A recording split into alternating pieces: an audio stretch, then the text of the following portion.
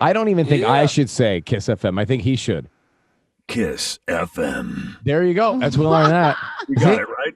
Yeah, you got it right, man. He should be doing all of our big concert promos. You know, Wango Tango. Yeah, Wango Tango 2021. Wango Tango. That term has always made me laugh. Every time I hear Wango Tango, you too could win tickets to Wango Tango. It means nothing. It was just a funny 2 words we came up with. Is that true? Yeah, it doesn't really. Yeah. We wanted something that rhymed with Wango. And and I don't know how we started with Wango anyway, but it was at the top of our list. It makes me feel a lot better knowing that. It was Wango Mango. It didn't really work that well. But anyway, it's great to see you, pal. I did say, I mean, obviously you have movie star looks, but I was just watching my television screen, and the governor of California, Gavin Newsom, was, I don't know what the story was. There's plenty of them right now.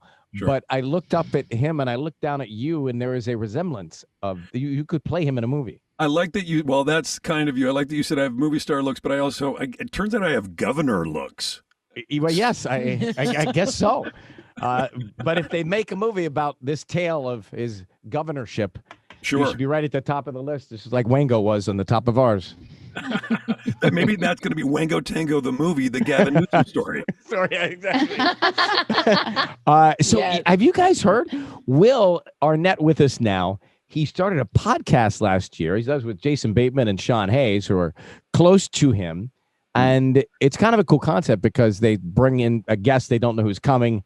For example, didn't Sean bring in George Clooney? He brought it. Yes. Sean brought in George Clooney. Sean also brought in Paul McCartney, which was surprising when Paul McCartney showed up on the podcast.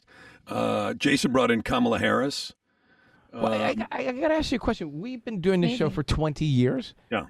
And, you know, we make offers to George Clooney and everybody else.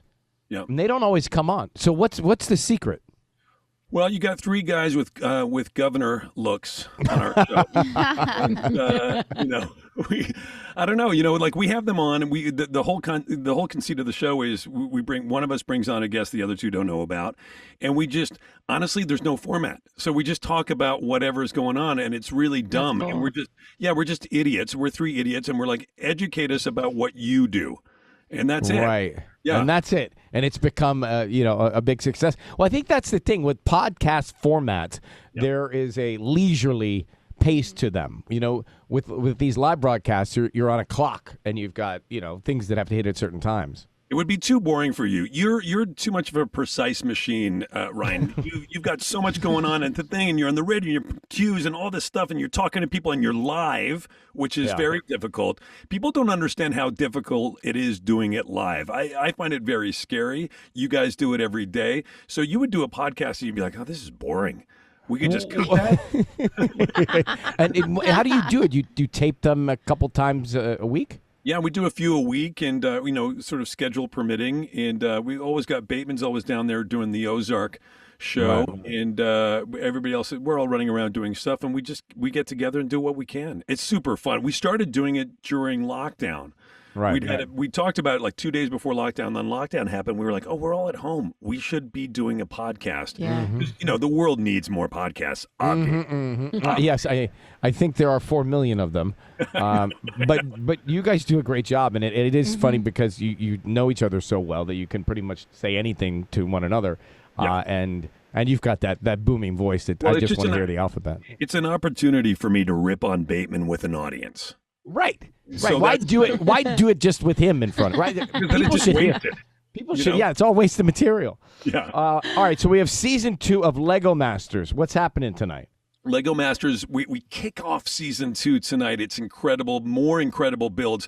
We were really surprised and really psyched at how much people liked season 1. And then it turns out when people saw it, there are way more incredible Lego builders out there. And we got so many great builders this year. And honestly, just the engineering alone, some of these things, you could give me 10 years. I could go to MIT and I want to be able to build the stuff these people are doing. Yeah. It's wild. It is incredible.